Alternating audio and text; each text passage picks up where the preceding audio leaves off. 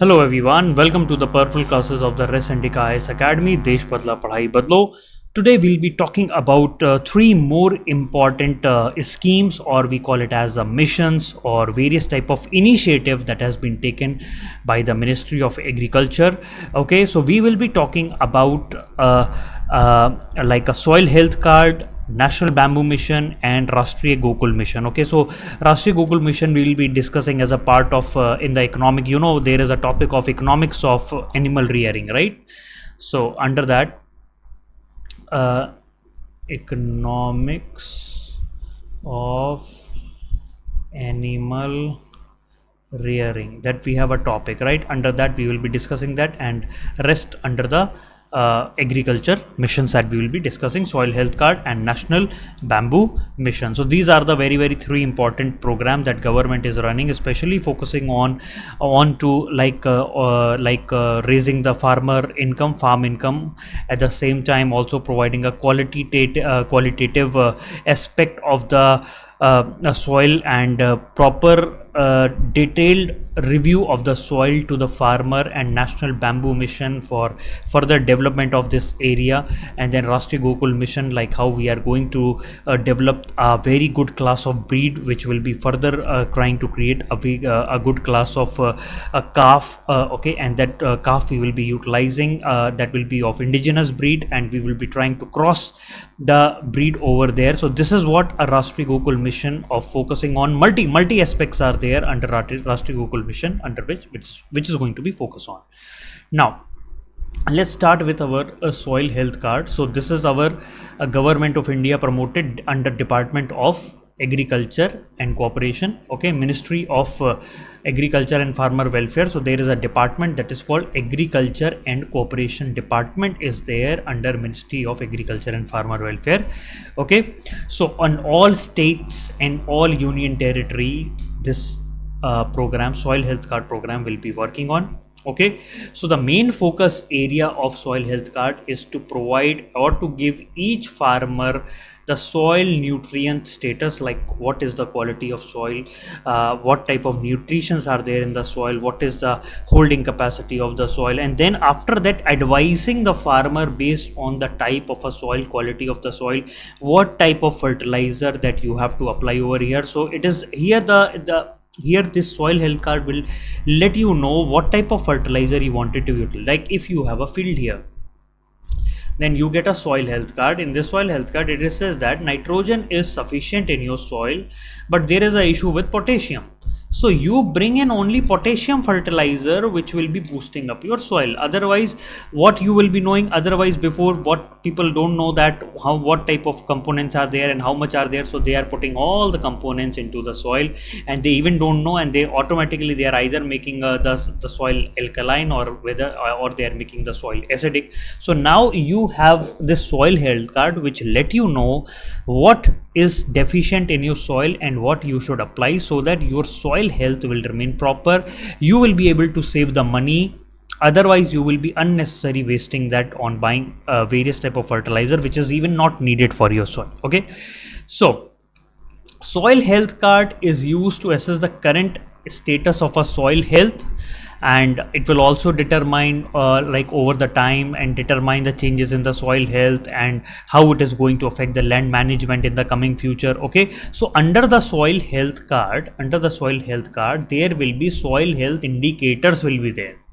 Okay, proper descriptive terms will be there. Okay, and these indicators are typically based on farmer practical experience and knowledge of the local natural resources. Okay, so these indicators will be telling that what is there, what is not there, what you need, what you don't need. Okay, so soil card lists soil health indicators. Okay, and that can be assessed without the aid of technical or laboratory equipment. So soil health card is a Indian scheme promoted by Department of Agriculture and Cooperation, right? So very beneficial for the farmer, because farmer, around 2/3 of the farmer in our country are small and marginal farmers are there. Okay, so they don't know what type of crops to be grown, what type of soil they are having, which type of crop will give what type of yield in this type of soil. So they don't know what type of crop gives the maximum yield at various places. Okay, so they don't know the quality and the type of their soil only. Okay, so because they might not be having experience, or they might not be able to properly assess the soil. Okay, so they might know the experience what crops grow and what crops fail. With the experience they might be knowing for like for 10-20 years experience, they might be having like this: if you put this crop, that crop will fail, if you put this type of crops will succeed. But why this is happening? But they don't know why this is happening, and they don't know how you can improve upon your soil, and then you can grow further other type of crops also. Okay, so there this soil health card comes handy. Okay, so what is a soil health card? So here under the soil health card, it is going to be a printed report.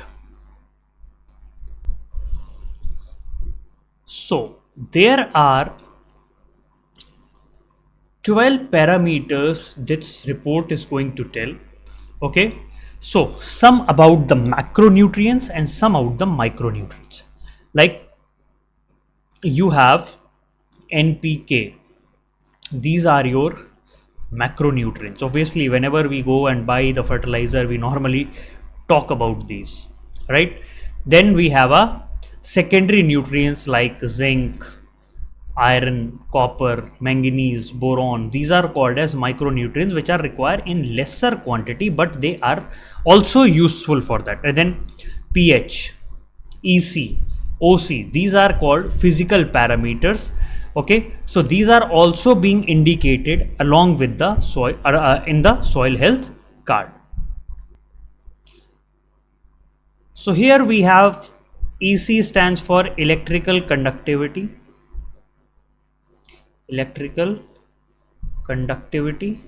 and OC stands for your organic carbon. Okay, OC stands for your organic carbon. So these all things are being mentioned in a soil health card in a proper way. Okay, and there also the recommendations are also being mentioned in a soil health card from farm to farm, right? So how farmer can utilize this soil health card? Okay, so in this soil health card, it contains an advisory based on soil nutrition. So here you will be getting only advisory. Okay, if I am a farmer and I asked somebody to come and test my soil, he or she gave me a soil health card in which they have written what type of components are there in your soil, what are deficient in your soil, what are in proper amount in your soil. This is like a advisory service that I am going to have. Okay, and about the dosage of the different nutrients and various other things. Okay, so further it will advise a farmer on fertilizer and their quantity, what he or she should apply on it. Okay, and also what type of amendment in the soil you can do, what type of uptakes and downtake that you can take, so that you can get a very optimal and better yield without much effort, without much investment, and properly applying what is needed. Okay, so this is how you can properly utilize a soil health card. So here you can see there is a sample detail is there. Okay, this has been taken on 10th of September 2017. Okay, so this happened in a area that is called Kharsa number 88. Okay, so farm size was 2.16 acre. Okay, 2.16 acre. It is a irrigated area, irrigated by a bore well. Okay, and there they have given a geographical information, GIS mapping. Okay, geotagging, or we call it as geotagging, where this field is located. Right now here you can see the pH, EC, organic carbon, nitrogen, phosphorus, potassium, sulfur, zinc, boron, iron, manganese, and copper. Here you can see this is your land value, what is there in your land. Okay, and then here they have given the normal level, what it should have. Okay, and here they have given the ratings. whether it is good, low, normal, very low, deficient, or whatever it is. Okay, so here you can see the electrical conductivity is normal, then they have a sulfur is sufficient, here they have boron as sufficient, then they have manganese and copper as sufficient. But in the macronutrients, like we have nitrogen, we have potassium and phosphorus, this is very, very low. So they have to apply heavy level of NPK fertilizers in order to boost up the value of this. So this soil health card will be able to properly make you understand what exactly you wanted to do, how much you wanted to do, which all places you wanted to put it. Okay, so this is a normal soil health card.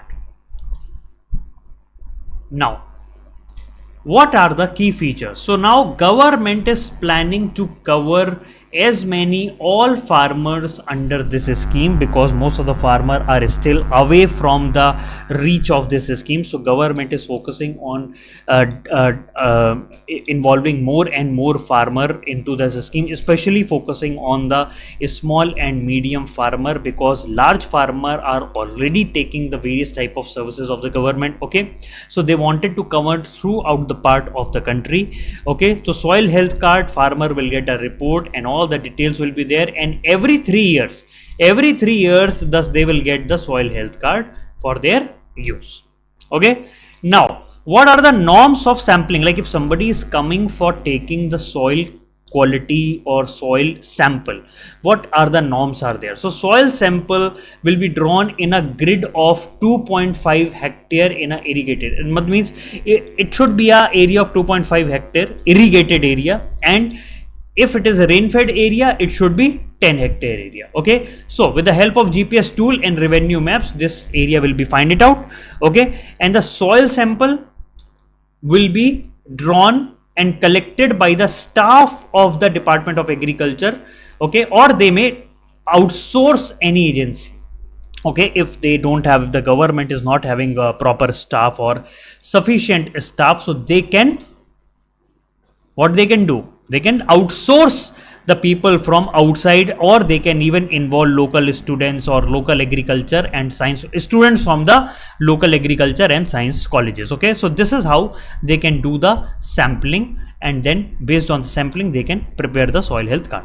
Okay, then what is the ideal time of soil sampling? So it is 2 times in a year. It is 2 times in a year, like after harvesting of rabi crop and kharif crop respectively, because the crop should not be standing during that time. Crop has to be cut during that time. So after the harvesting has been done, then soil testing has to be done. Okay, after the harvesting of rabi crop and after the harvesting of kharif crop, maybe by like November or December, or and then in the rabi season you can contact around April time. Okay, so how will the soil sample will be collected from the farmer fields? So there will be a trained person who will be digging up to 10 to 20 centimeter deep. Okay, in V shape, so they will be digging it like this. Okay, they will be having tools and they will be digging like a V shape. 1 minute. This shape they will be digging. Okay, so this is a tool they will be utilizing, a caliper tool that will be utilizing, which will be dig into the V shape up to the depth of 15 to 20 centimeter. Okay, so it will be collecting from all 4 corners and the center of the field. Okay, from all the 4 corners and the center. Like if you have a field from here, from here, from here, from here, and from here. Okay, like that, and mixed thoroughly, and a part of this is picked up as a sample. That means we have taken 5 samples. We have mixed these 5 samples, and after the mixture we have taken out a 1 sample of that mixture. Okay, part of the picked up as a sample. Okay, so area with shades will be avoided. So okay, wherever the shades are there, like if there is a shade of a tree or any shade that is happening, so over fully open area will be chosen, sample chosen, will be packed and coded. So once the sample is chosen, so this will be packed and coded. Okay, and then it will be transferred to the laboratory, and then it will be all done in an online way. Okay, the it will go to the laboratory, barcode will be assigned to that sample, and then it will be sent to the laboratory. Right now, who and where will the soil sample be tested? Okay, so there are various standard laboratories are there, like the soil sample will be tested where approved standards are being followed. Okay, so 12 standard of all the agreed 12 parameters in the following way. So there will be a soil testing laboratory that may be owned by the Department of Agriculture, where they are having their own staff. Okay, they may be owned by the Department of Agriculture, but the staff of the outsourced agency. We have a soil testing laboratory owned by the outsourced agency. Indian Council of Agriculture Research, Krishi Vikas Kendra and SAUs are there. Okay, at the laboratories of the science college, universities, by the students under the supervision of professor and scientists. Okay, this is the way the soil testing will be done. Okay, so they have selected like a sum of rupees 190 per soil sample is provided to the state government. Okay, so this cover the cost of collection the sample, testing the sample, generation and distribution of the soil health card. So there is a certain nominal charges. Okay, nominal charges are there for developing of the soil health card. Now here are some of the main challenges with the soil health card. First of all, the main challenge is limited awareness about the soil health card, and also the limited adoption. Because awareness is not there, obviously the adoption will be very less. Okay, so many farmers are not fully aware that soil health card scheme is running, something like this is going. Okay, and they don't even know what are the benefit, and they the farmer don't even know what exactly this soil health card is going to do. Okay, so in several regions there is a significant gap between the distribution of the card and actual usage of the farmer. That means card has been distributed, but whether they are actually using is also there is a significant gap is there. Okay, so without any proper impact, proper awareness, proper understanding, farmer may not utilize the recommendation. It will even render the things totally ineffective, because what is the purpose of soil health card? To make you aware about your soil, to make you aware about to make you aware about soil, to make better decision, to make better decision.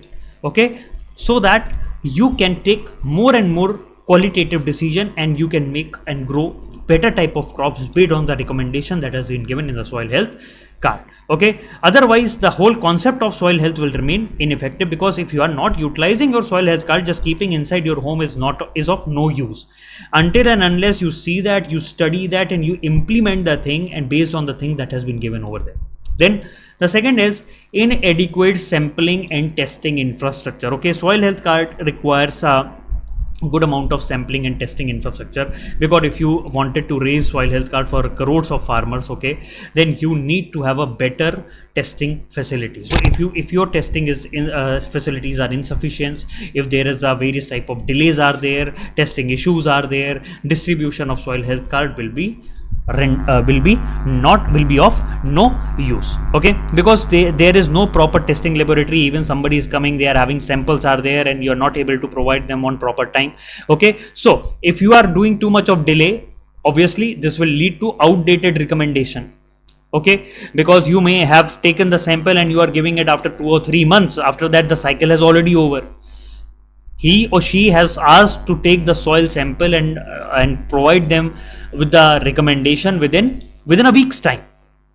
Okay, because within a week's time they can take further decision based on the type of a quality of the soil that they are having. But if there is too much delay that is happening, there will be outdated recommendation that will be given, and the farmer will not able to implement it also, because the recommendation that has been provided will be of no use.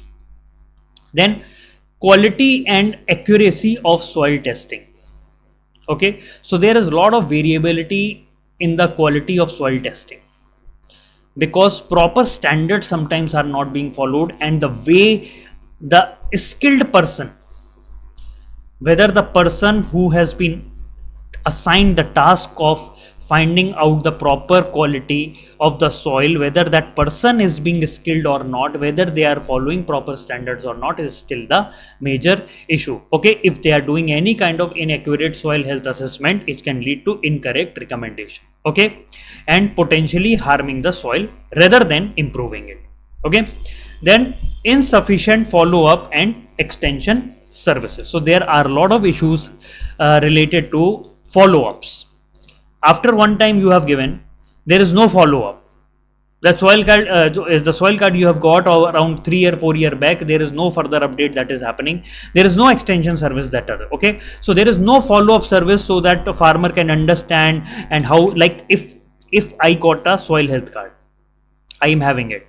At least somebody should explain me like what is the meaning of it, what is the inference from it, what I have to do with my soil, how effectively it is going to work.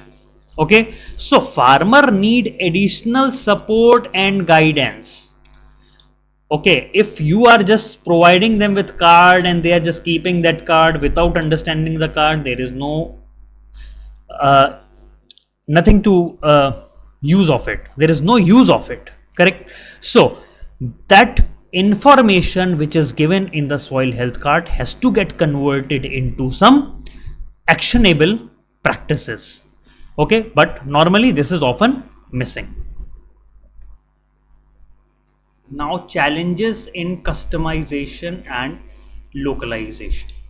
So whenever we are talking about soil health card, sometimes they become too generic. Too generic means sometimes they give general recommendation. They give general recommendation, right? They give general recommendation, and this is not being tailored by the local conditions. Okay, they are not being tailored by the local condition, or if they have any type of a specific crop requirement, that is okay. Then generic recommendation may not address the unique soil health issue.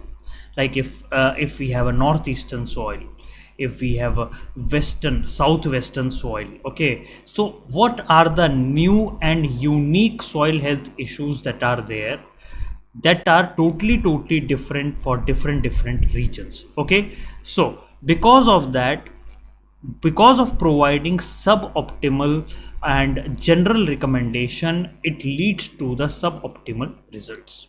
Okay, so there is a need to provide a specific recommendation based on the type of crop they are growing, type of soil condition that they are having. Then data management and integration issue. Okay, so under that there is a poor data management system leading to loss or mismanagement of soil health data. Okay,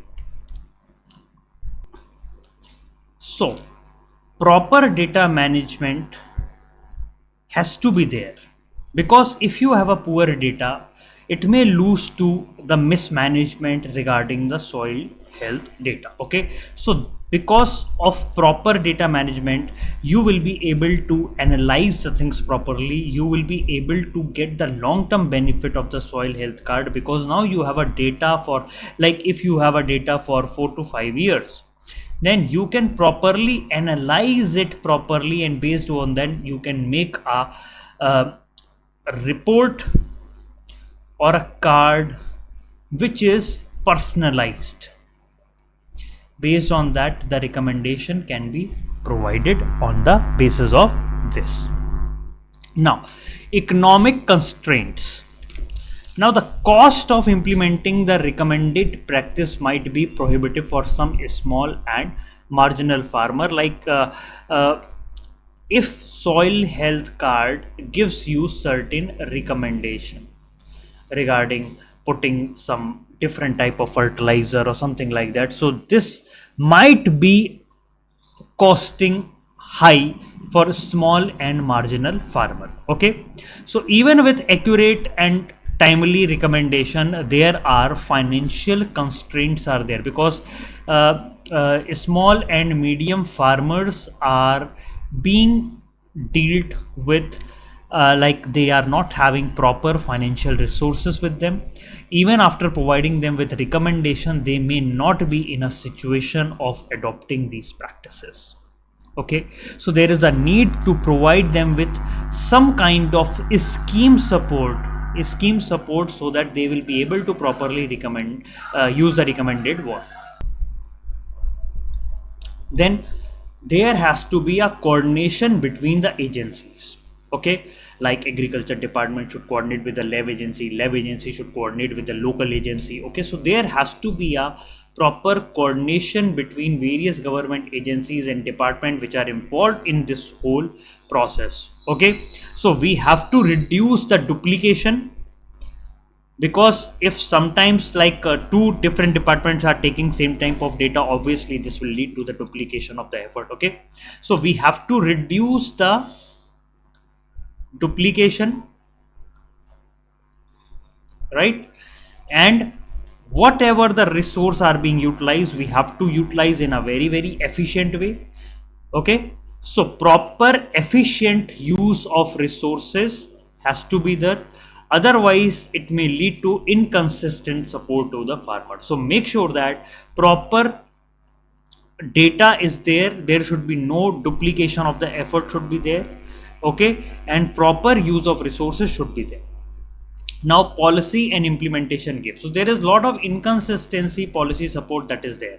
There is a lack of robust implementation mechanism is there. Okay, so variability in the effectiveness of the soil health card scheme across different states leading to unequal benefit. Okay, so there is a lot of variability that is there between the soil health card of one state to the other state. So there is too much variability, because of that the data keeps on varying, and because of that the benefits also becomes unequal at the time. Okay, so these are some of the issues that are related to soil health card. Now here we have some of the specific examples are like Punjab is there. So Punjab reports indicate that many farmers received soil health card with outdated and incorrect information, because there was a delay and inaccuracy in the testing. So here those are the purpose of soil health card is defeated. The purpose of soil health card is defeated. Then in Maharashtra, farmer have expressed concern about lack of guidance. Okay, here the farmers are focusing on like they're not getting proper guidance, like whatever the recommendation that has been given in the soil health card, how to implement it. Okay, so because of that there was a confusion among the minds of the farmer. At the same time there is a underutilization of the funds that is happening, and underutilization of the recommendation. Okay, that is also happening. So these are the two example which we are having regarding due to incorrect information and due to lack of guidance.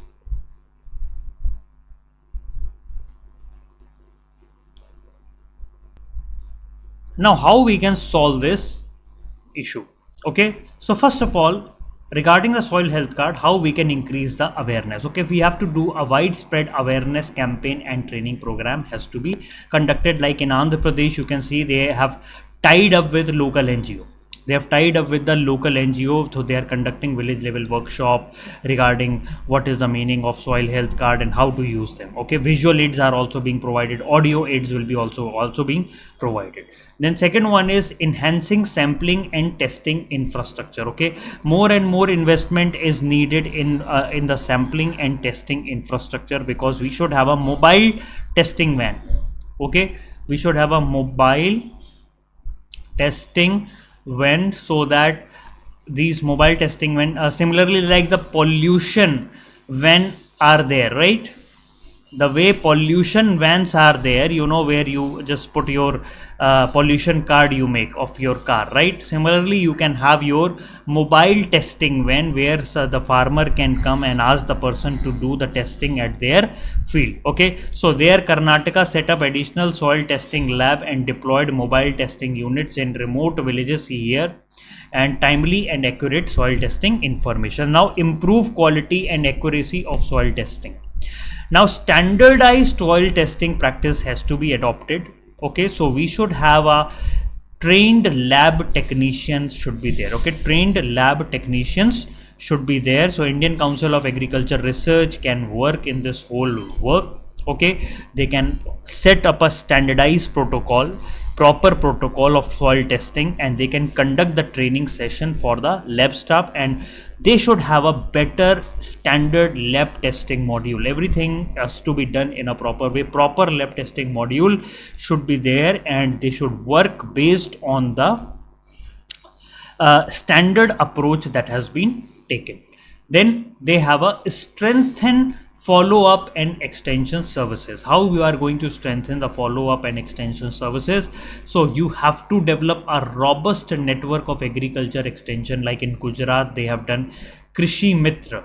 Okay, so here the farm friends are there. They keep on visiting regularly to the farm, and they help the farmer in interpreting their soil health card recommendation, and these Krishi Mitra help the farmer in proper interpreting the soil health card and in their own languages. Then custom and localization recommendation. So whatever the recommendation are there that has been given the soil health card, that should be based on the custom and localized specific crop need. Okay, in Tamil Nadu you can go, there is a localized soil health card which has been developing as a consultation. Okay, so proper advice and everything is being provided under that. What is the localized setting, what is the localized scenario over there, what is the specific crop and soils, what is the specific crop are going over here, and what type of soil is there, what is the condition of the soil. Based on that, they provide them with localized recommendation.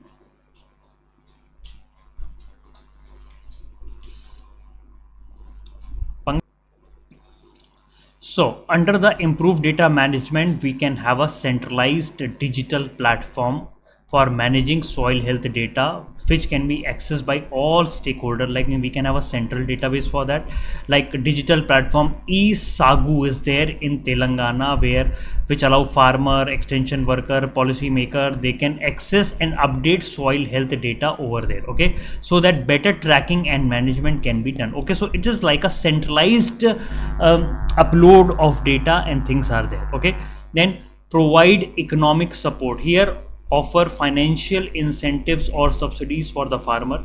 Okay, so the Maharashtra government has introduced a subsidy program for purchasing organic fertilizer and soil amendment recommendation in the soil health card, reducing the financial burden. So here Maharashtra government is providing separate programs. Similarly, other state governments should also focus on providing separate support for betterment of the soil and nutritional update of the soil. Okay, now after that we have a enhanced coordination between the agencies. Okay, where between the government, research institution, agriculture.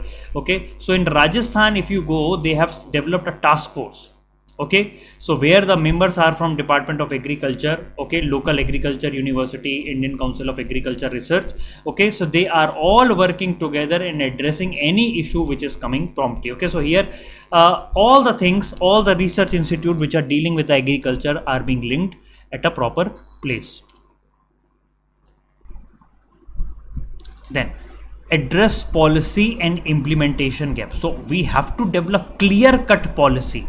Clear-cut policy, like what government is going to provide with respect to soil health card. If there is any problem in the land of a farmer, so what is the policy, what is the implementation framework, how we are going to deal with the at a last mile connectivity. Okay, so here Punjab government has been in forefront, which shows that they have a policy of mandating regular review of the soil health card scheme. There is a district level monitoring committee that has been set up where they are effectively implementing, and there is any issue that is coming and challenging in the real time. Okay, so here we have a specific example like Punjab. Okay, so government has digitalized all self-help soil health card, and in Maharashtra they have taken the help of the local university, which is based on, like, they are providing recommendation based on the soil health card. So this is how the things are working regarding the soil health card. Now, soil health card, it's not a direct scheme that came into being. So here soil health card has been merged with Rashtriya Krishi Vikas Yojana cafeteria scheme as one of its component under soil health and fertility from year 2022-2023. Okay, so they have set up a guidelines for village level testing soil lab. Okay, so VLSTL, underline this. Okay, VLSTL, village level soil testing labs are being there, which will be for them. Guidelines have been already been issued. Okay, so they can be set up by a individual entrepreneur, that is rural youth, community based entrepreneur, self help group, agriculture university. Okay, anybody can so out of these anybody can set up their village level soil testing lab. The beneficiary village level entrepreneur should be youth who should be not below the 18 year of age and should not be more than 27 year of the age. Okay, self help group, farmer produce organization can also enroll for that. Okay, so this is how you can set up the soil health card testing laboratory. Now, as per the procedure, an entrepreneur can submit their application where proper certification, PAN card, Aadhaar card to the Deputy Director District Agriculture Officer. So from there only your application will be forwarded afterward. Okay, and then training of VLSTS will be provided on soil sampling, testing, generation of soil health card and organize, and this is all been organized by a manufacturer and the state government. Okay, so this VLSTA, village level soil testing laboratory, will educate the farmer about the fertilizer recommended and the crop recommendation. Okay, and then there will be a detailed soil mapping at 1:10,000 scale is undertaking using high resolution satellite data and field survey. Okay, so this soil resource information is a geospatial data in digital format. Okay, so that will be separately from the for soil health card. Okay, now this is regarding the soil health card. Now we are moving towards our next mission, that is called National Bamboo Mission. So National Bamboo Mission is also a national mission which started in as early as 2006 and 2007, which was under the Ministry of Agriculture and Farmer Welfare. Okay, initially the budgetary allocation was around 500 crore, and then further, during that time we have a plans like first 7th plan, 10th plan, 11th point, 12th plans, like that. Okay, so National Bamboo, though the restructured form of the National Bamboo Mission was launched in 2018 and 19, where focus is on market, value addition, product development, skill development, research and development component is being implemented. Okay, so National Bamboo Mission is also coming under the National Mission for Sustainable Agriculture. Okay, which is part of National Action Plan for Climate Change. Right, we have our National Action Plan of Climate Change. Under that we have one mission that is called National Plan for Sustainable Agriculture. Under that we have a National Bamboo Mission. Okay, so here we are focused on the holistic growth of the bamboo sector, total holistic growth of the bamboo sector. Here we are focusing on area based regionally differentiated strategy. Okay, area based regionally differentiated strategy is there. Okay, so the focus area is that we wanted to increase the quality planting material by supporting the setting up of new nurseries and strengthening the existing one. Okay, so here the main focus is how we can increase the marketing part of the bamboo products, how we can improve the use of bamboo products into the handicrafts item. Okay, so here we have a forest act that is called Indian Forest Act, has also been amended. Okay, if you wanted to do anything regarding the cutting of the trees, then you have to look forward for Indian Forest Act. So Indian Forest Act has been amended, which has exempted the bamboo that is grown outside the forest from the definition of a tree. That means any bamboo which is grown outside the forest, outside the notified forest, will not be considered as tree. Okay, so there is a consultation has happened with the industry. So they have identified 10 priority species which are needed for cultivation.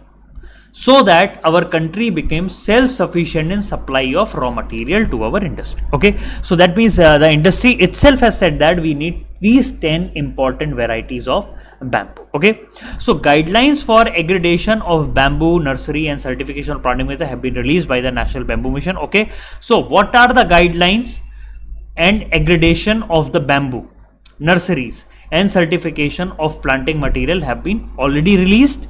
Okay, so based on that, the funding will is also being released for various other aspect. Okay, since the launch of the restructured mission in 2018-19, around 324.8 crore was released to the state government under bamboo technical support group.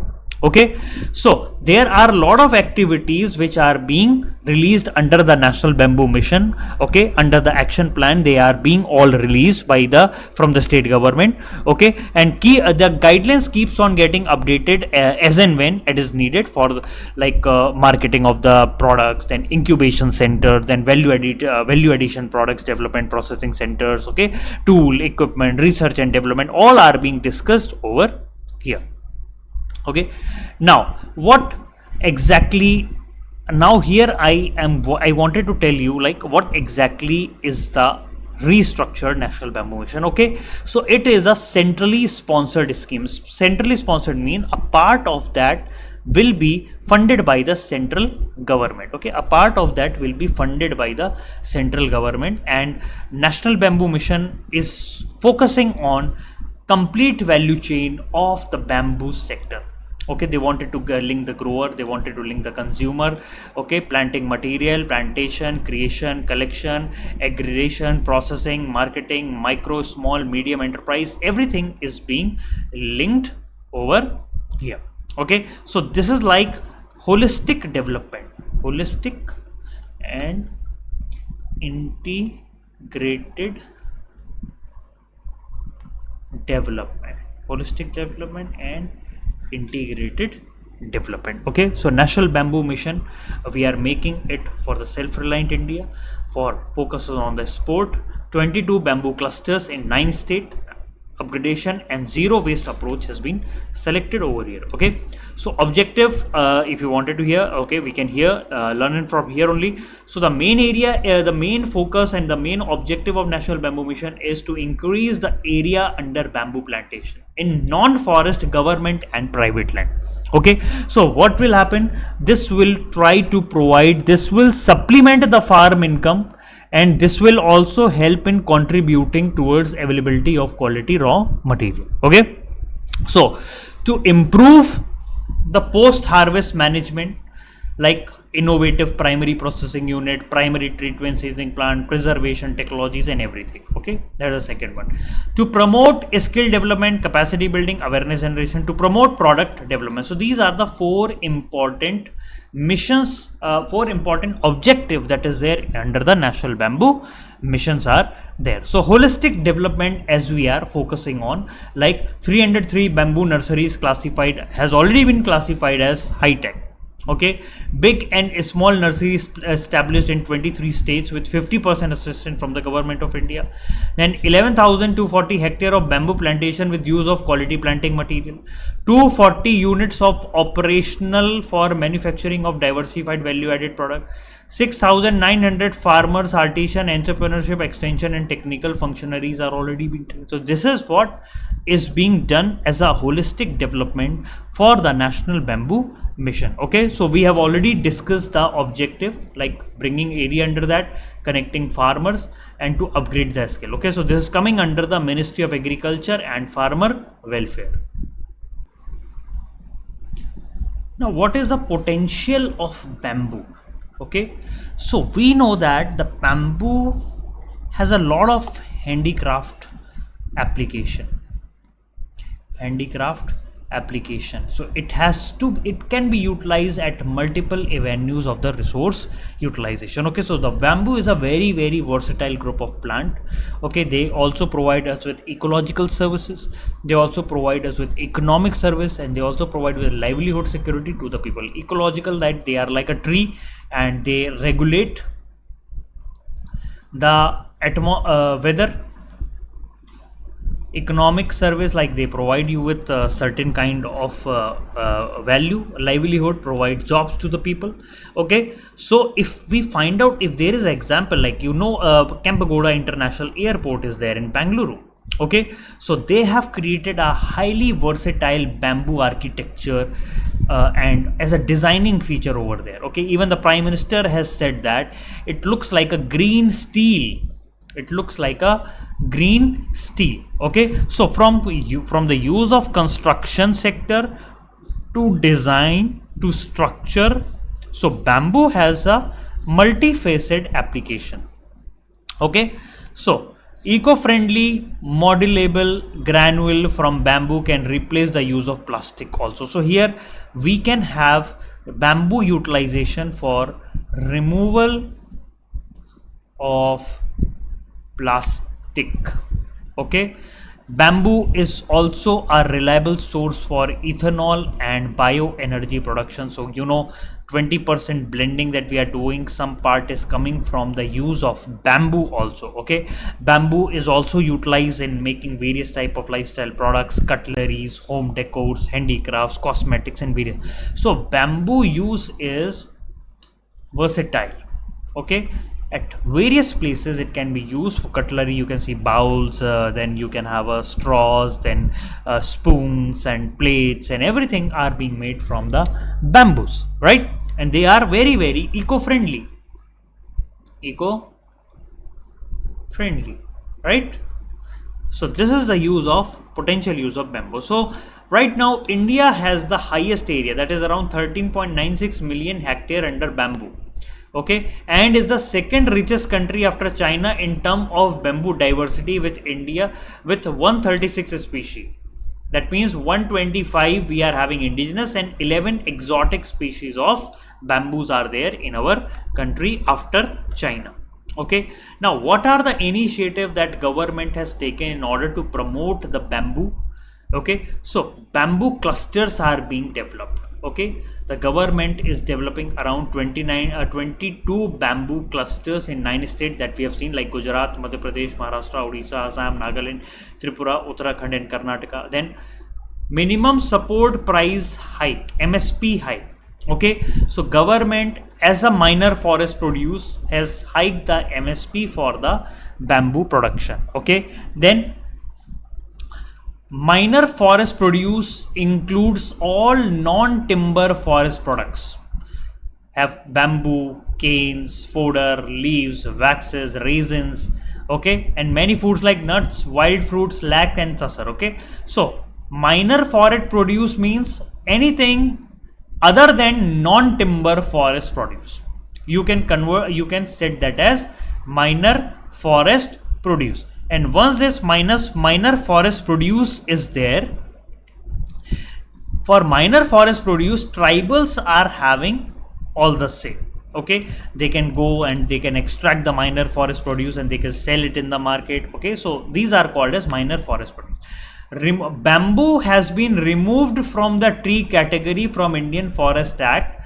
Okay, and has removed the bamboo from the categories of tree. Okay, now anybody can undertake cultivation and the business in bamboo without the need of felling and transit permission. Okay, so if you are growing bamboo, you can cut it also. Now the bamboo has been made outside the tree category. Then farmer produce organization, 10,000 new farmer produce organization will be formed in 5 years. Okay, in 5 years they will be forming, and they will be also being part of the and some of them will be working in the especially focusing on the bamboo mission. Then farmer produce will be engaged in assisting to the farmer, providing them with better farming practice, collectivization, purchase, transportation, linkages, and various other things. Okay, now but whenever we say we have a lot of things are there which we need to further focus on, or for some limitation are still there, okay, which we have to overcome. Okay, we have to overcome these limitations. Now the first thing is lack of awareness. Okay, farmers and local communities are lacking awareness about what is the benefit of bamboo cultivation, what type of support government is providing. Okay, because people are not having proper training, people are not having proper skills regarding the bamboo cultivation and processing, right? So the government has to focus on providing more and more awareness and more training. Like Odisha and Chhattisgarh is there. Okay, Odisha and Chhattisgarh is there, they have lot of funds are there. Okay, under a national bamboo mission adoption rate, but the adoption rate among the farmer is still lower. Okay, the adoption rate is still lower and insufficient training and awareness program are being provided. Then inadequate infrastructure. Okay, so there is a risk, there is a significant lack of infrastructure in bamboo processing. Then under the infrastructure part, there is a lack of infrastructure, because if proper infrastructure is not there, it will not provide you with proper value addition to the bamboo product. Because whenever you have a better infrastructure like processing unit, storage unit, transportation unit, obviously you will be able to work on much more wider way. Okay, otherwise if you don't have that kind of infrastructure, it will hamper your ability to working, right? So in Assam we have a vast bamboo resources are there, but we don't have proper modern processing facility. Okay, so their bamboo is sold as raw material only at low price instead of being processed with a high value product. Okay, so since Assam is having very high quality bamboo resources are there, but because of lack of modern processing facility, they are being sold as a raw material at low prices, so they are not able to sell it at a higher value product. Then market linkages. Okay, so weak market linkages is yet another issue which hampers the development of the bamboo market. Okay, so this affect the income of the bamboos grower and artisan. Okay, so if we go by Tripura, okay, craftsmen of the Tripura are there who find who are struggling to find any stable market for their product. Okay, so because of that, there is a discouragement of development of the bamboo products. Okay, then policy and regulatory hurdles are there. Okay, so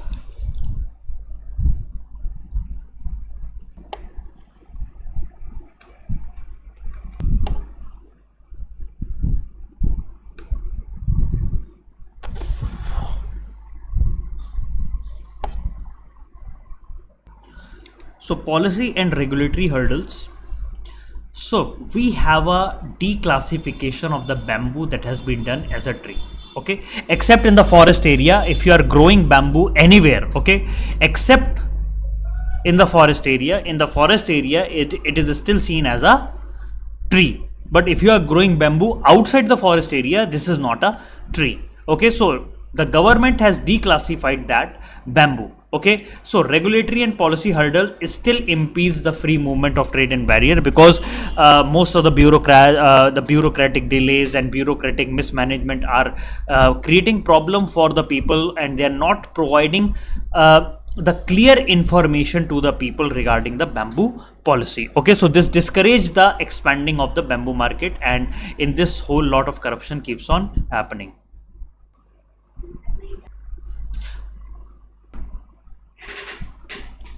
Then funding and financial support. So there are often delay in disbursement of the fund and subsidy under National Bamboo Mission. Okay, if you are not providing the proper fund and subsidy at proper time, then there is a delay. Okay, access to credit, there is a delay in access to a credit. So the cycle in which this whole process of bamboo plantation and sorting out and everything is being carried out is being totally goes haywire like that. Okay, so there is a lot of delay in disbursement of the fund and subsidy. So like in West Bengal, several bamboo based startups and small entrepreneurs are struggling to obtain the timely financial assistance, because they have a growth, they have a operation cycle, they have a growth prospectus, so they have to focus on their own operation cycle. Based on that, they should get a financing at a proper time. Then research and development. So there is a lack of focused research and development in the bamboo sector. Okay, because because we wanted to improve the bamboo variety, we wanted to improve the bamboo cultivation techniques and everything. So but if the focus is not being given into the research and development of this whole area, automatically the whole mission will get collapsed. Okay, because we wanted to develop high yielding variety seed, high yielding variety bamboo crop, we have to develop a disease resistance bamboo crop. Okay, so this is all lagging. Okay, because of the lagness of this, we are having a very lower productivity in this area. Okay, like Karnataka area is there, this where traditional variety are still being utilized. Okay, so new and new varieties have already come, but they are still utilizing the traditional varieties. Okay, so this shows that there is a lack of research and development in this whole area. Then sustainable and environmental concern. Okay, at some places bamboo plantation have not always been managed sustainability. Okay, because of that it lead to the soil degradation, it lead to the environmental issue. Okay, so if you go like in the northeastern area, so there is a over exploitation of bamboo. They are not utilizing the proper bamboo cultivation practices. So because of that there is a steep over exploitation of the cultivation of bamboo. Also automatically whenever you are doing over exploitation of anything, it will lead to soil erosion, obviously it will lead to soil fertility losses, and various other things will happen.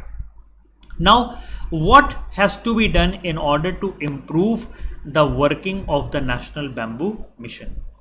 So whenever we are trying to solving or enhancing the awareness and training program is one part of it. Like we can do extensive campaigning through media channels, workshop, community meetings, panchayat office are there, local community meeting. So training programs, okay, regular training programs can be made over there. So it will help in equipping the farmer with best strategies, best cultivation techniques, pest management techniques, and harvesting practice. Okay, so here we have an example of a bamboo research training center in Maharashtra which conducts hand-on training of farmer and artisans over there.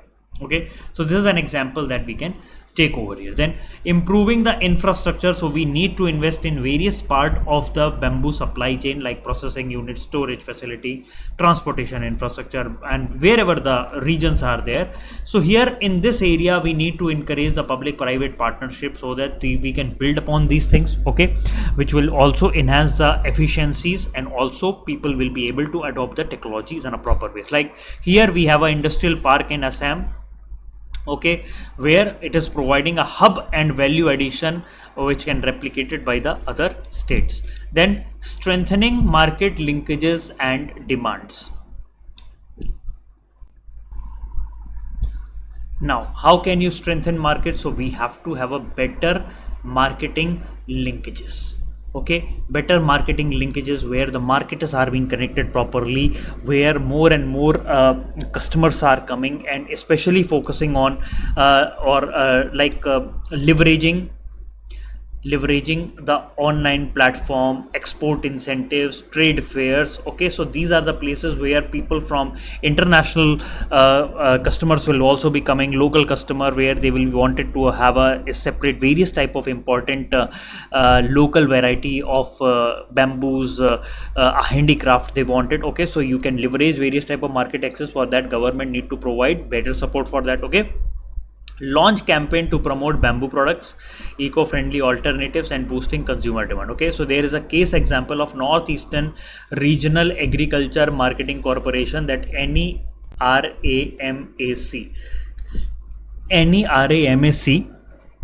which was helping the producer to access the larger market.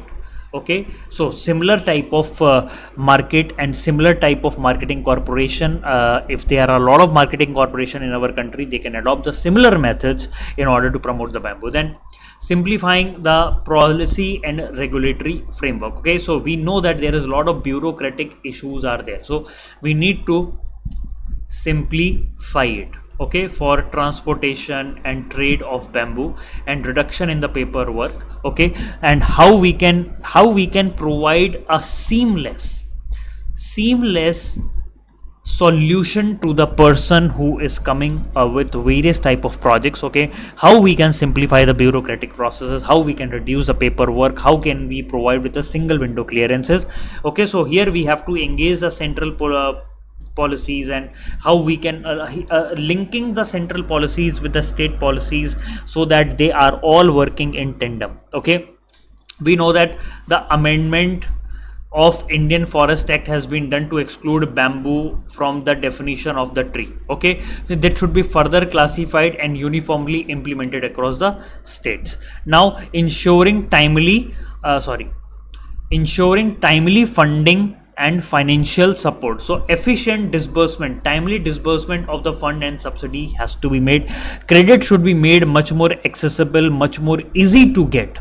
Okay, so the enterprise growers all have to get a link between the banking and the financial institution. Government need to provide better support over here, like we have a NABARD.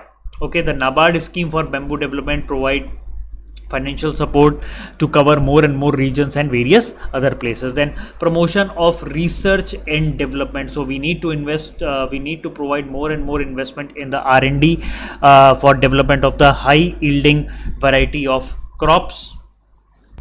More and more good quality of bamboo varieties will be developed, which will be high yielding, which will be disease resistance, everything. So for that we need a collaboration between research institution, universities and industries, right?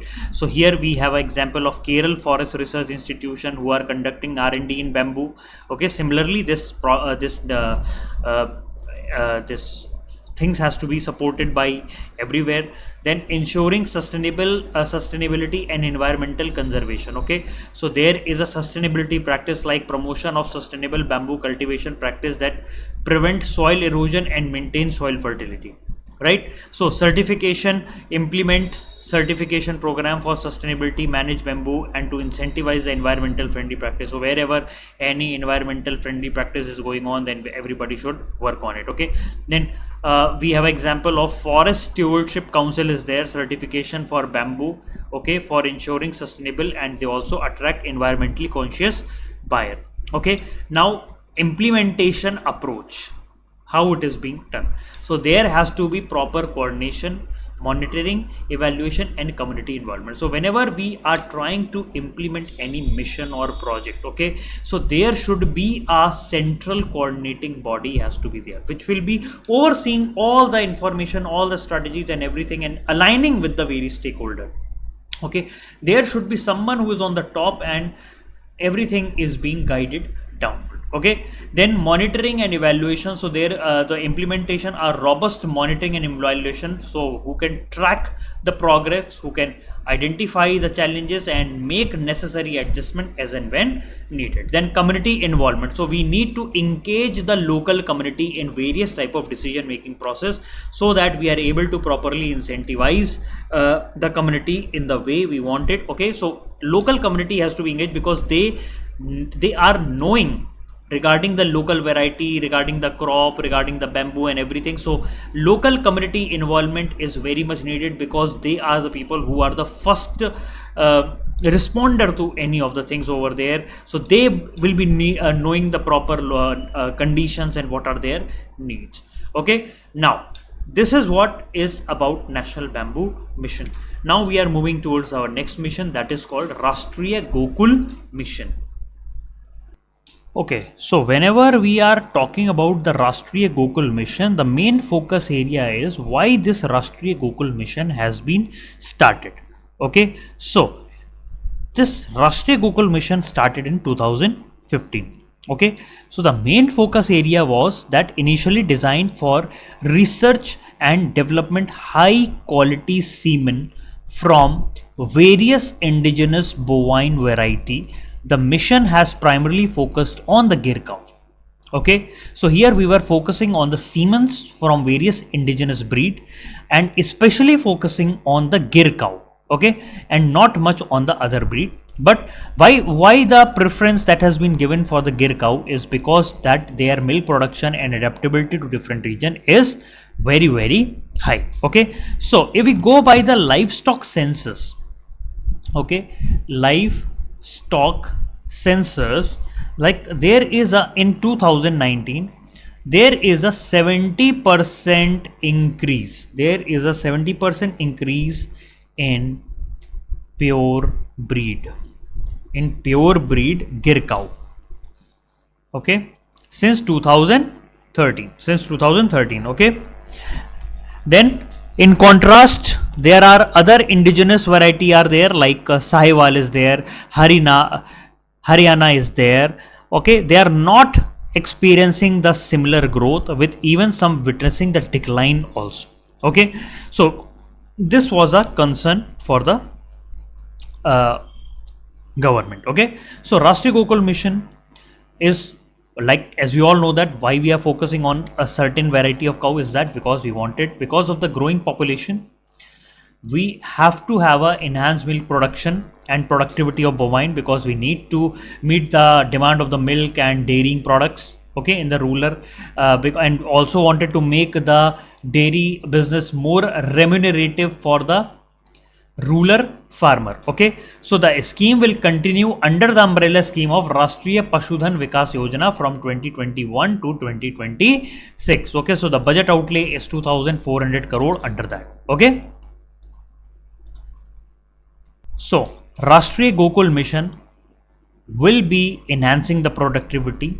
Okay, and the whole process of redefining the way we are keeping care of our bovine species, cattle, buffalo. Okay, how we can enhance their productivity and make the whole program a much more successful. Okay, so this program will be benefiting women in particular, because 70% of the work involved in livestock is undertaken by the women, so it will be directly impacting the women.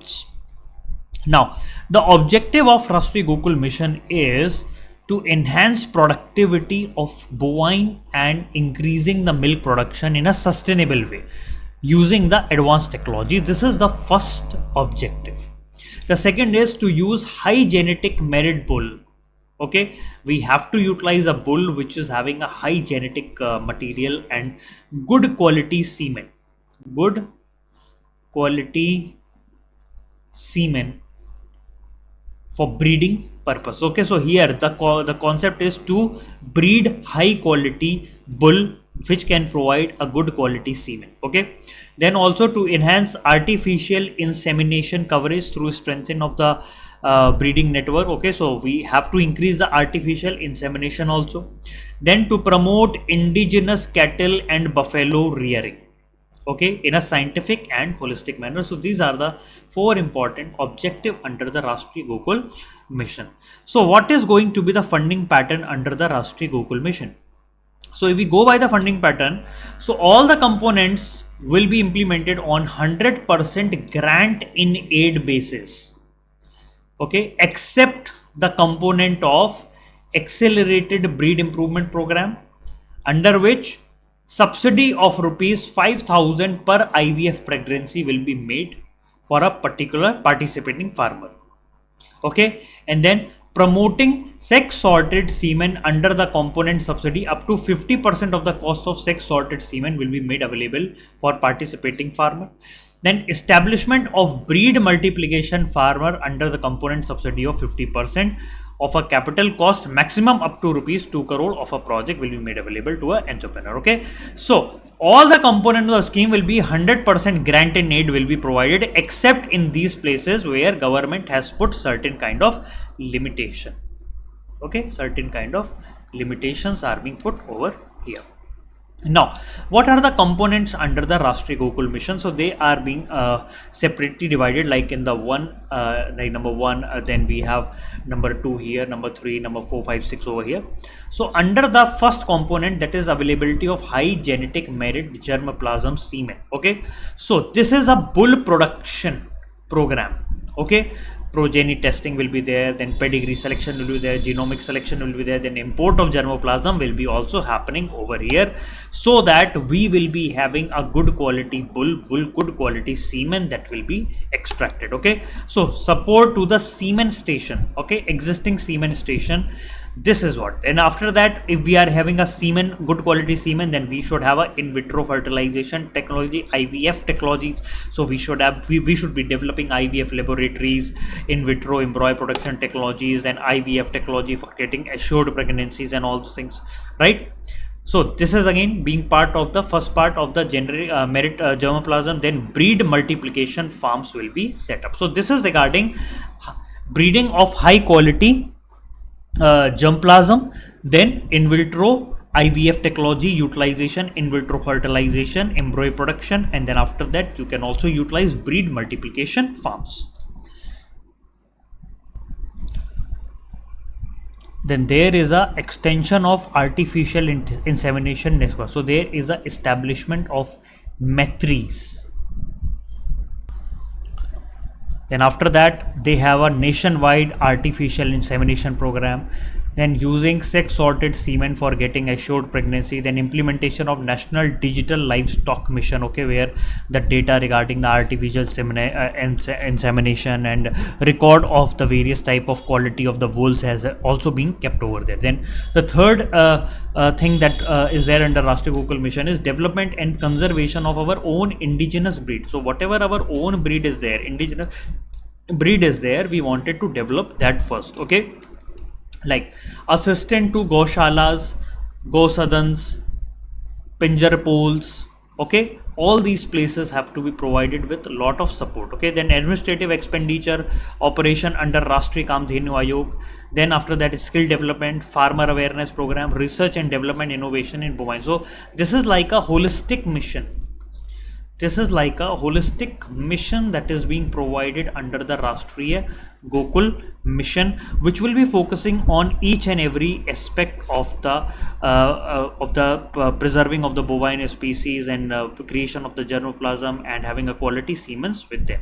Okay, now what are the issues that are being faced under the Rashtriya Gokul Mission? So there are a lot of things. First of all is genetic diversity concern is there. Okay, so one of the major issue with the Rashtriya Gokul Mission is the genetic diversity concern. Okay, focus on the improvement of the genetic diversity, but because of focus on certain category of the species, other breeds are not being taken care of. Okay, so the more and more attention has been given to Gir and Sahiwal, and lesser known breed like Vichur and Krishna Valley cattle have been given. Okay, now so there is a need to focus on developing a genetic diversity. Every breed should get due importance. Then implementation challenges, okay, so it suffers, Rashtriya Gokul Mission suffers the poor implementation at the ground level. Okay, so there are a lot of states are there which have already shown the delays in various type of work, like development center, and if there is any mission specific work is there, so there is again a certain type of delays are happening. Okay, so this is again need to be focused on, where proper work has to be done on a proper time. Then infrastructure and resource limitation. Adequate infrastructure and resource are crucial for Rashtriya Gokul Mission. Okay, so there have been instances that the infrastructure development is lacking. Okay, like bull mother farm, which is very, very important for breeding program, is not being uniform across the state. It is totally haphazard everywhere. Okay, at some places it is good, some places it is very, very bad. Okay, then insufficient facility regarding the planned activity. If you wanted to do any kind of planned activity, so you don't have any proper facility that you can do over there. Then financial constraints are there. Financial constraint like proper funding is like funding and financial allocation are very, very important for this mission. Okay, but allocation and disbursement are two different things. Okay, you are allocating something, but if you are not disbursing it properly, that is creating a problem for the Rashtriya Gokul Mission. Okay, so if there is a delay in funding, or if there is a delay in project implementation, okay, like we have a Gokul Grams. Okay, there is a concept of Gokul Grams. Okay, and progeny testing programs are there. If you are creating problem and if you are not getting proper financial support under this, so there will be no Gokul Gram will be set up, and there will be delay in setting up the Gokul Gram. There will be delay in setting. So once the initial things get delayed, rest all other things get delayed.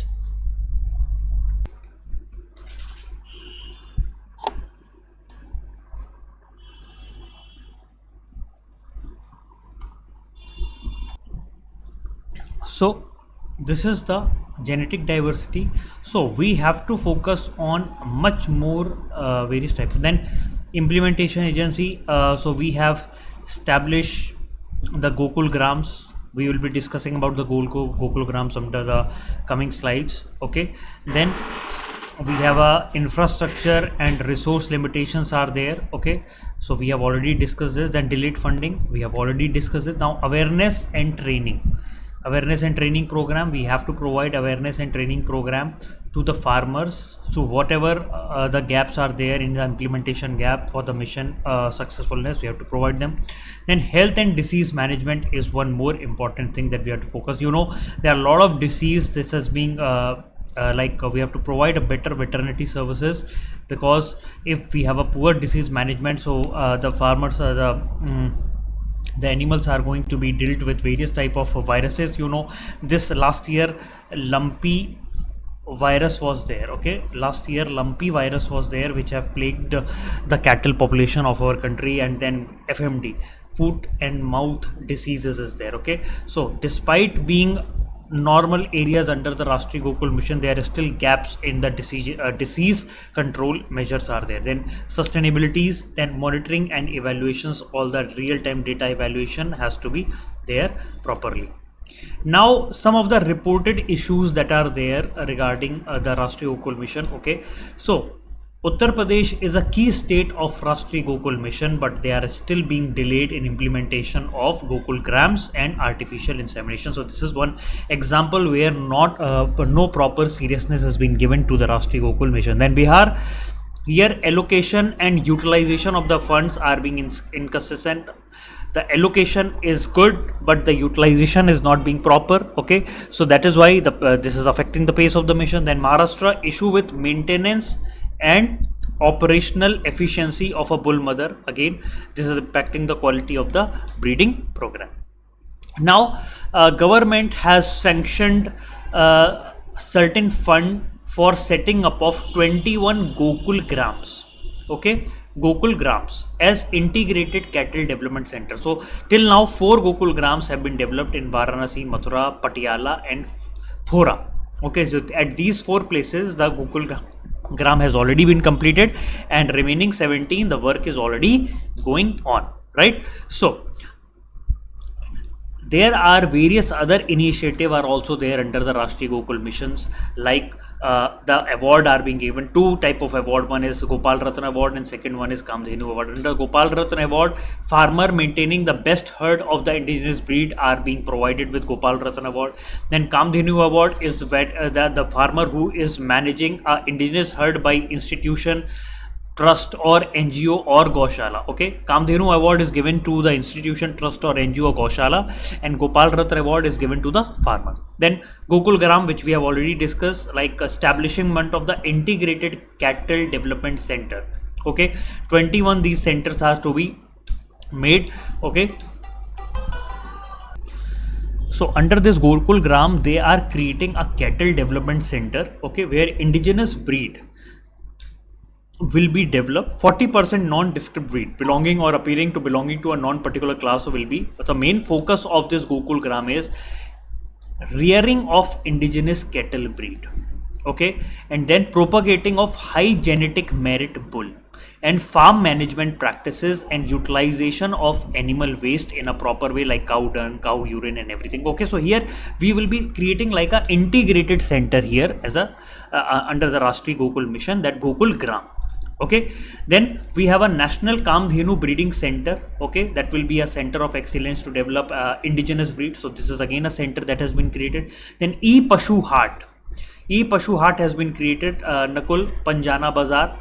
Okay, as a e-market portal where breeders and farmer will be all connected together, where quality and disease-free bovine germplasm will be shared and will be sold over there. Then Pashu Sanjeevani is a wellness program like a animal health card. Okay, animal will be provided with UID identification number. Okay, and the data will be uploaded in the database regarding any kind of diseases over there. Then advanced reproductive technology, like including assisted reproductive technology, in vitro fertilization, then multiple ovulation, embryo transformation, sex sorted semen, all these things are being provided under that. The National Bovine Genomic Center is being created, where selection of breeding bulls of high genetic material at a younger age will be done, so that high precise gene based technologies, with the help of high precise gene based technology. So under Rashtriya Gokul Mission, all these separate programs are also running regarding Kamdhenu Breeding Center, Pashu Hart, Pashu Sanjeevani, reproductive technology, bovine genomic centers will be part of that. And special, the main thing is that over here is the Gokul Gram, creation of Gokul Gram. Gokul Gram 4 have already been created, and 17 are under the process of becoming. Okay, now how we can address the issue of bovine species. So we have studied in the previous slide that there is a problem related to with the development with various type of issues are there under the Rashtriya Gokul Mission. So how we are going to solve this? Okay,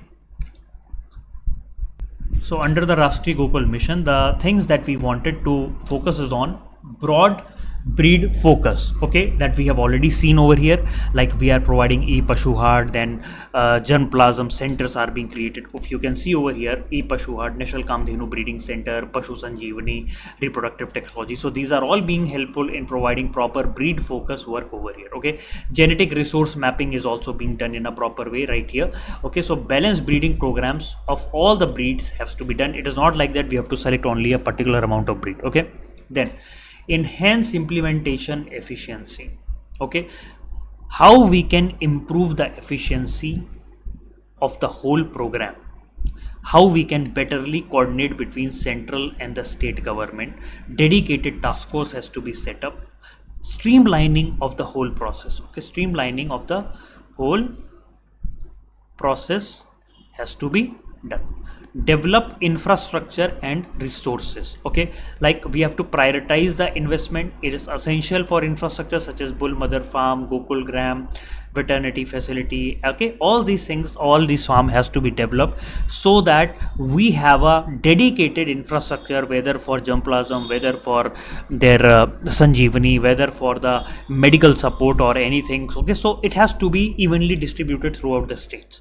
Then public private investment, public private partnership is needed, where we can get the proper additional resources from that places. Then financial stability, regular and timely allocation of the fund has to be there. Okay, contingency fund has to be created. So if you are facing any kind of unexpected financial shortfall, so you can easily get the funding from there. Okay, so performance based funding you can also improve. Okay, if you are showing performance, and if your data are showing that you are doing performance, then based on that your funding is also linked with that. Then increase awareness and training program. More and more awareness, more and more training program has to be assigned. Okay, for scientific cattle rearing, breeding techniques, disease management, use of local languages and various other places, even in creation of the course material and training material. Okay, in training material, everything has to be done based on the use of local and culturally available languages are there. Then awareness campaigns are there. Okay, mass media, social media, community meetings, and all these places the meetings can be done, which can be benefiting the Rashtriya Gokul Mission. Okay, then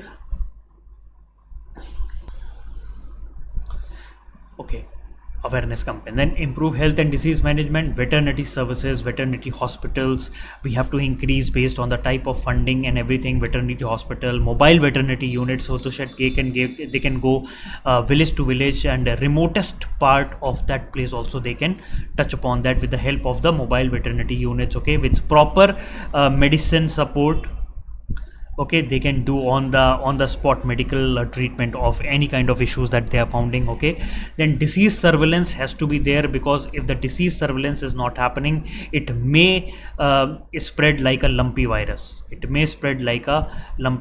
Which have led to the heavy toll of the cattle. So regular disease surveillance, detection, and everything has to be done. Okay, proper vaccination and health checkups can be done in a proper way. Okay, ensuring sustainability. Okay, continuous support has to be provided, follow-ups, and let the farmer used to participate in various other places, training program, technical support, and access to the resources. Sustainable practice has to be taught, like how you can provide them with proper nutrition, proper shelter, breeding management, and everything. Then monitoring and evaluation, real-time monitoring and third-party evaluation are two important things which are very, very important for the development of the Rashtriya Gokul mission. Okay, so real-time monitoring with the help of digital tools can be provided so that you can have a real-time data. Right now Aadhaar tag are also being provided to the cattle. You can see that a yellow tag is attached, Pashu Aadhaar it is called it as. Yellow tag is attached to the ears of the cattle. Okay, then third party evaluation also has to be done, so that in order to find out exactly what are the issues are there, in order to finding out the places where more improvement is needed. Then what are the other strategies? Involvement in the local community. Okay, more and more involvement of the local community, more and more inclusive growth and inclusive development will happen at that places, because they will be ensuring that the program are tailored to the local needs and condition, because local community will let you know what is needed. Then policy reforms, advocacy for policy reform that support indigenous breed conservation. Okay, so rear indigenous breed and penalties for practical like harm genetic diversities. Okay, so you should focus on, like, we have to rear the indigenous breed which are very, very important, which will provide good amount of germplasm, and we have to provide penalties for practicals that harm the genetic diversity. Okay, so this is how we can provide the policy reform. Then research and development, so we have to invest more and more in the research and development of the bovine species, and breed improvement, disease control, and how we can sustainably utilize the cattle management practices, and how we can utilize with the help of agriculture universities and research institution, how we can take the help of these institutions in order to work in these areas. Okay, so this is regarding the Rashtriya Gokul mission. I hope guys all of you have enjoyed the session, and please make sure that you have all the notes of this session. These are very, very important session, especially focusing on your UPSC examination preparation. If you are coming here, if you are having the notes of that, you don't have to take notes from anybody else. You will be getting all the detailed notes over here. So thank you so much. Bye bye, take care, and have a good day.